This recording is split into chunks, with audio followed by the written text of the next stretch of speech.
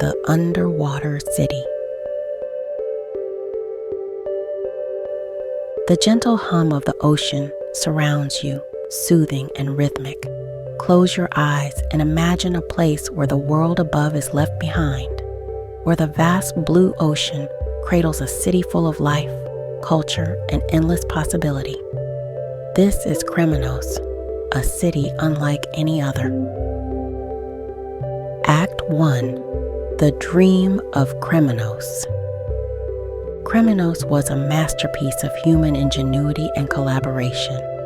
Built on the ocean floor off the coast of Madagascar, it was the world's first underwater city.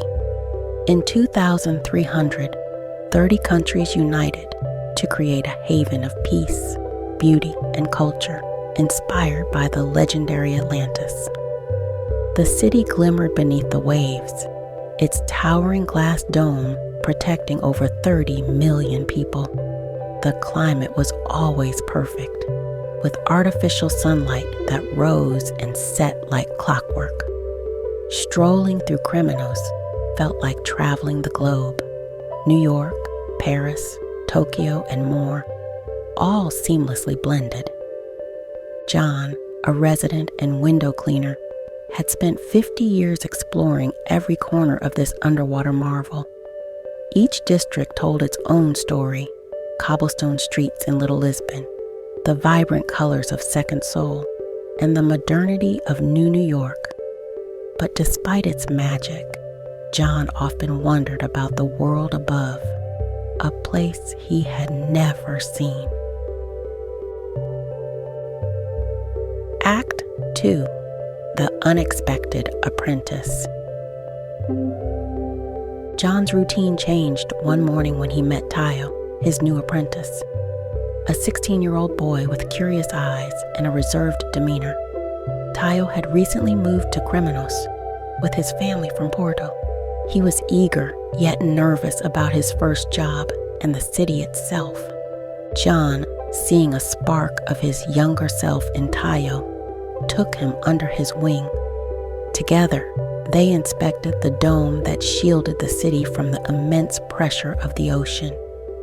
John taught Tayo how to spot cracks, polish glass, and understand the responsibility they carried. The safety of millions rested in their hands. Tayo, still wary of living underwater, voiced his concerns. To show him the beauty of Creminos, John led him outside the dome for the first time. With scuba gear on, they swam through the serene depths of the ocean. Coral reefs stretched out like underwater gardens, and schools of glowing fish painted the water in hues of pink and green. The silence of the ocean was profound, broken only by the sound of their breathing.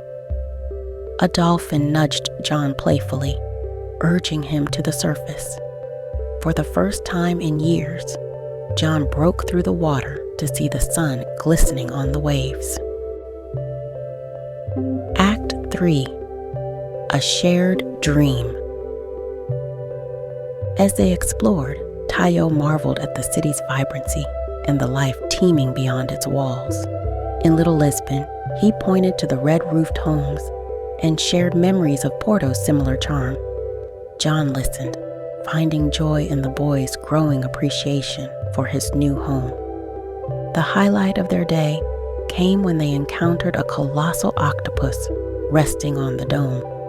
Its tentacles, as thick as tree trunks, left a slimy trail as it glided away, revealing the clear glass beneath. Tayo laughed nervously, realizing the incredible sights his job promised. As the artificial sun set over Creminos, the duo stood atop the dome, looking down at the circular layout of the city. Each of its 32 districts glowed, a testament to human creativity and unity. Tayo's earlier fears faded as he promised himself to explore every corner of this underwater paradise. John, too, felt a renewed sense of purpose.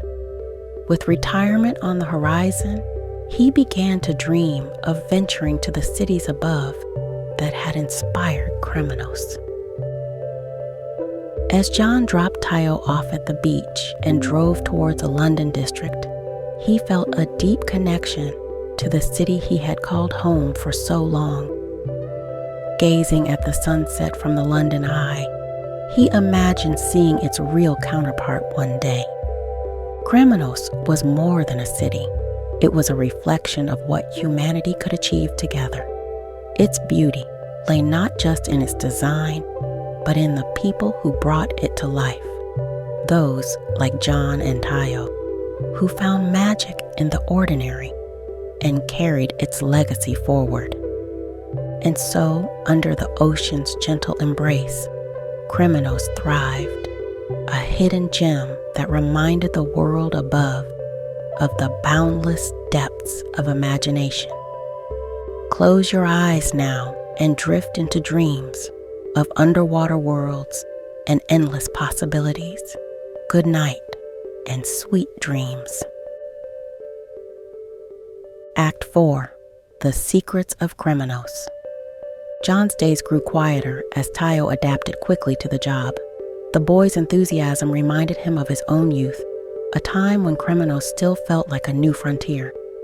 Now, nearing retirement, John often found himself reflecting on the mysteries of the city he had called home for over 5 decades.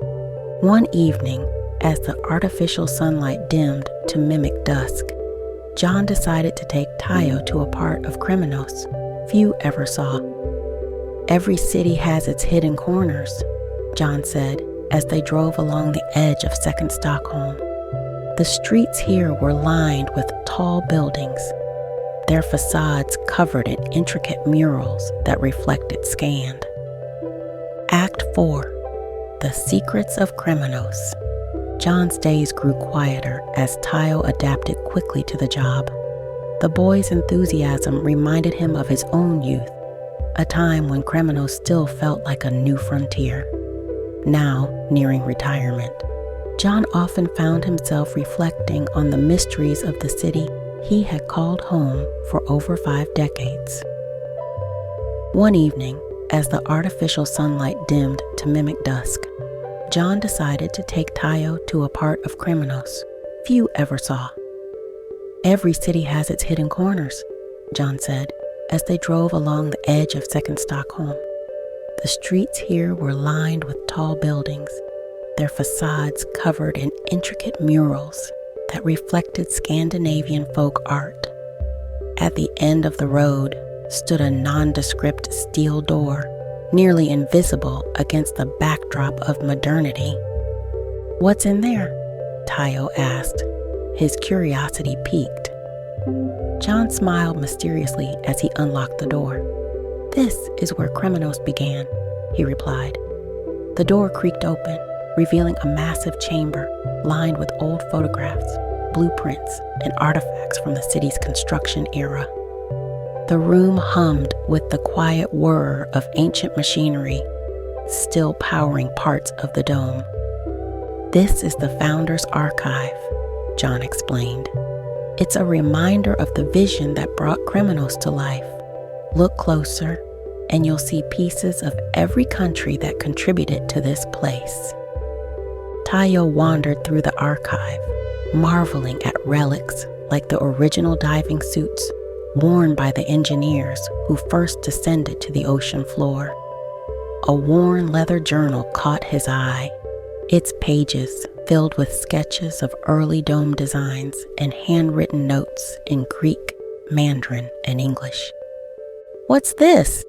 he asked, pointing to a map with markings that extended far beyond Creminos. John hesitated before answering. "That's a blueprint for future expansions," he said. "Creminos was never meant to be the only underwater city. This was just the beginning." Act 5. Shadows Beneath the Surface. Over the following weeks, John and Tayo became frequent visitors to the archive. The boy's fascination with Creminos grew deeper with every discovery, and his questions began to challenge everything John thought he knew about the city. Why hasn't there been another underwater city built since Creminos? Tayo asked one day as they stood before a display of failed prototypes. John sighed, his weathered face shadowed by the dim light of the archive. Politics, funding, fear of the unknown, he replied. But some say there's another reason, a reason buried in the city's foundation. Tayo's eyes widened. What do you mean? John gestured toward a sealed vault at the far end of the room. No one knows exactly what's in there, he said, but the founders left strict instructions. It's not to be opened until Creminos is in danger. The boy's mind raced with possibilities. What could be so important and so dangerous that it had to remain hidden for centuries? Act 6, The Hidden District. One day, as they worked on cleaning a seldom visited section of the dome near the outskirts of New York, John and Tayo stumbled upon something unusual. A faint crack ran along the glass, but it wasn't like any damage John had seen before. It glowed faintly, pulsing with a soft blue light. "What is that?" Tayo whispered, his voice tinged with awe and fear. John didn't answer immediately. Instead, he pulled out his flashlight and shone it against the crack. The light intensified, revealing a hidden doorway embedded within the dome. "This shouldn't be here," John muttered, more to himself than to Tayo. With a cautious push, the door creaked open, revealing a spiral staircase leading downward.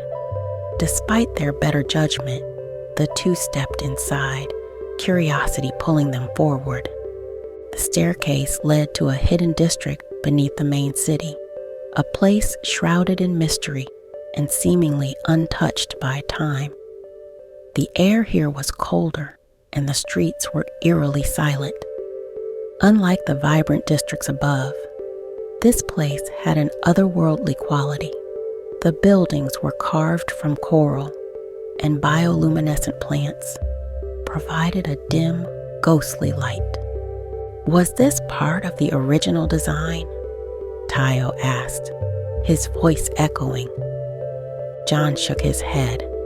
"I've never seen anything like this." As they ventured further, they found a central plaza with a massive statue of a woman holding a trident, her eyes glowing faintly. Inscribed at the base were the words, "For the day Creminos needs its true guardians." "What does it mean?" Tayo asked. "I don't know," John admitted, "but I think we're about to find out." Act 7, A Glimpse of the Past. The discovery of the hidden district ignited a wave of questions across Creminos. Experts and historians were called in to investigate, but answers were few. Meanwhile, John and Tayo were hailed as heroes for their find, but their fame was short-lived. Strange occurrences began to plague the city: unexplained power outages, sudden temperature drops, and sightings of creatures larger than anything recorded in the ocean. Tayo, now more invested in Creminos than ever, urged John to revisit the archive. "If we're going to protect this city, we need to understand its history," he said. Together, they pored over documents until they found a clue, a reference to an ancient energy source buried deep beneath the dome. According to the notes, this energy was both the lifeblood of Creminos and its greatest vulnerability. If something happens to that energy source, John realized, it could destroy the entire city. Act 8, The Guardians Awaken. Determined to protect Creminos, John and Tayo led a team of experts to the hidden district, where they discovered a sealed chamber beneath the plaza. Inside, they found a network of ancient machinery, powered by crystals that pulsed with the same blue light as the crack in the dome. As they worked to stabilize the system, the ground began to tremble. Through the glass walls of the hidden district, they saw shadows moving in the water, massive creatures drawn to the energy. One by one, the statues of the trident-wielding guardians around the plaza came to life. Made of the same bioluminescent coral as the district, they moved with a grace that seemed both human and otherworldly. "They're protecting the city," Tayo whispered, watching in awe as the guardians fought off the creatures. Act 9. A new chapter. The crisis passed, and the city of Creminos stood stronger than ever. The hidden district was integrated into the city, becoming a symbol of resilience and unity. John retired shortly after, passing his role on to Tayo. But before he left, he made one final promise to himself. He would see the world above, just as Creminos had shown the world what was possible below.